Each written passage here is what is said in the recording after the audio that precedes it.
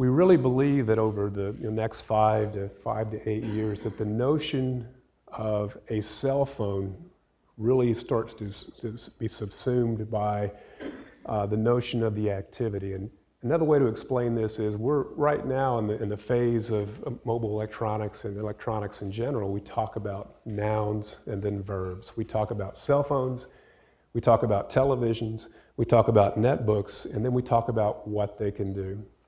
What's actually happening is these things are slowly blurring together. Why is it, for example, that you actually have to have a phone to make communications? You can do the same thing on a netbook, Skype, any of the voice over IP client technologies. Also, there is in addition to that, there's televisions. There's a huge service in the United States called MediaFlow. It's actually a video television service. There's also several others for that matter, but television is not necessarily associated primarily with television anymore. So now we're starting to think about, I want to communicate, and I want to use the means to communicate that is convenient, number one, and it's appropriate to its context and relevance.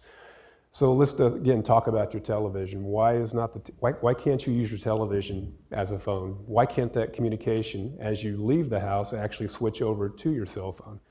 Sounds a little science fiction. Well, it's actually true. I mean, there are networks in the world that will, they're called GAN networks, that will actually let you roll voice directly from a cell phone to a voice over IP connection, and when the proximity is lost to the Wi-Fi or whatever, the phone call rolls over to another device.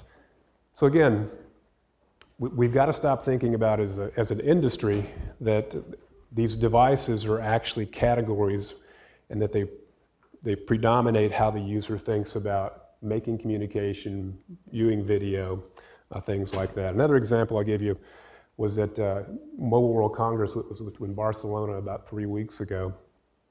We showed a camera, I think it was a 12 megapixel camera, that had an embedded LTE chipset in it. LTE we'll talk about in a minute is one of the technologies. It's a next generation network technology. 12 megapixels, big images, right? One of the problems people talk about now with the cameras is it's hard to get the images off and get them onto another medium.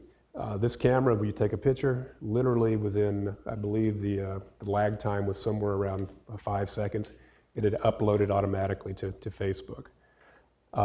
These notions, again, of devices being constrained, in the past we wouldn't have thought of a camera being a data device and actually pumping mobile data out.